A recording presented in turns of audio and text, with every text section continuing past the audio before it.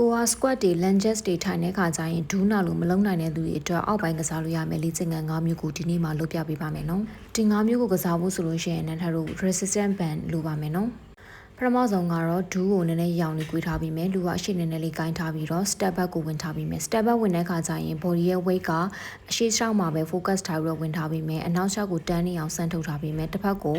10ချိန်ကနေပြီးတော့15 20နှစ်ခေါက်3ခေါက်လောက်ထိကစားပြီးလို့ရပါတယ်နော်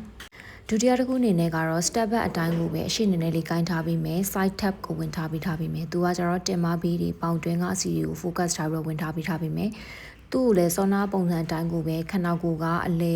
ရှောက်ကိုမှပဲ focus ထားပြီးတော့ဘေးဘက်ကိုကားထုတ်ထားပြီးမယ်ကားလိုက်တဲ့ရှောက်ဘက်ကို body ရဲ့ weight ကမရောက်သွားဘူးတော့လိုပါမယ်เนาะသူ့ကိုလည်းနှစ်ထပ်တို့10ချိန်ကနေပြီးတော့15ချိန်20 2 round 3 round ထိကစားပြီးလို့ရပါတယ်เนาะဒီနေရာမှာကိုယ့်ရဲ့ balance ကိုမထိန်းနိုင်ဘူးဆိုလို့ရှိရင်တော့အရှိရတနေရာကိုကင်ပြီးတော့ကစားပြီးလဲရပါတယ်เนาะသုံးမျိုးမြောက်အနေနဲ့ကတော့ Romanian Deadlift ကိုဝင်ထားပေးထားပြီးမယ်အလေးမရှိရေးသက်မှုသုံးပြီးလို့ရတယ်တင်မောင်းနောက်ကိုတွန်းထုတ်ထားပြီးမယ် Romanian Deadlift ကိုကနန်းထက်ကပေါင်နောက်ကိုပဲ focus ထားပြီးတော့ဝင်ထားပေးထားပေးပါနဲ့နော်ရှောင်းကွာဝေးကတူတူပဲအလေးကိုပခုံးမှာတင်ပြီးတော့ good morning ကိုပြန်ဝင်ထားပေးမယ်သူကကြတော့နန်းထက်တို့တင်မောင်းကို focus ထားပြီးတော့ဝင်ထားပေးပါတယ်နန်းထက်ကဒီမှာပြထားတာဖြစ်တော့ကြောင့်မလို့တစ်မျိုးကို9ချိန်ပဲကစားပြပေးထားရဆိုပေမဲ့ကိုက9သလိုကိုလေးပေါ်မှာမူတည်ပြီးတော့ကစားပြီးလို့ရပါတယ်နော်